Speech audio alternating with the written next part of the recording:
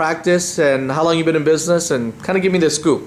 My background, I did my bachelor's, master's, and doctorate in family counseling. I was in private practice counseling from about 87 to 91. Got a death threat and decided that I'd look at some other options. So I started looking at financial services, knowing that money was one of the top problems in families, and began to interview. Started with John Hancock Financial Services in 1991. I began to see that the model for the future was going to be more an independent advisor, more an asset management model. And so I was actually one of the first advisors at John Hancock to form my own registered investment advisor company back in 1995. So I began to grow my practice primarily by use of radio and television.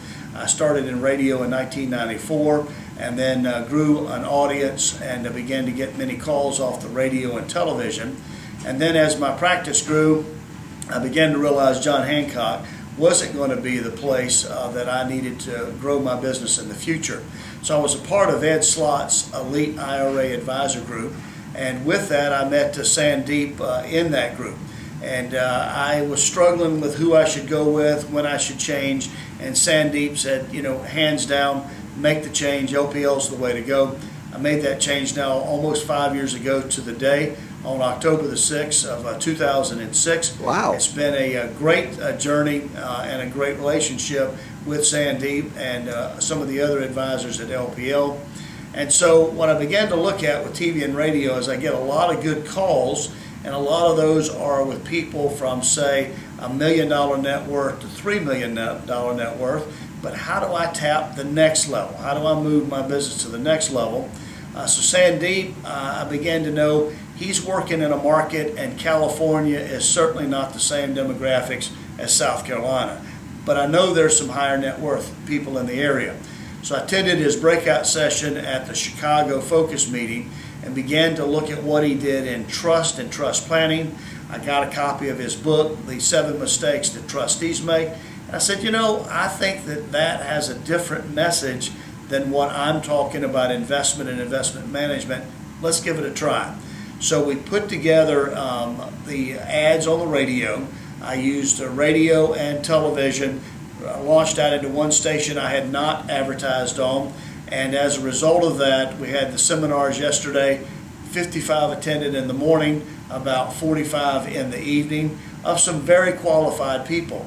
And many of them stayed around, they asked questions, so it was kind of, many of them have seen me on TV and radio, but the urgency created and the opportunity we have to get some things done before the tax laws change at the end of 2012. Many of them are very receptive, expecting our calls. So we had 2 preliminary meetings while Sandeep was here. They've gone very well. Both of those look like that we'll turn that into business in the next week, and then the others will get started on very soon. Excellent. What would you tell somebody watching this at a home office level or an advisor? What are your thoughts to both of those groups? What I admire about Sandeep or anyone is a duplicatable system. Many times it's easy for an advisor to look at another advisor's success and say that works for them, that won't work for me. When I saw the system that Sandeep had, he had the approach, he had the advertisement, he had the presentation, he had the workbooks. I said, I believe that's duplicatable. I believe that can be done in South Carolina. I don't have to reinvent the wheel. I don't have to go through the compliance issues that he's already gone through. Let's implement that. The fact that we were duly aligned at the same broker-dealer and he already had the system, I just needed to implement that system, and Sandeep came into town, and it's been executed just as I expected it would based on the system he's put in place. Excellent. Excellent. Where do you see the future?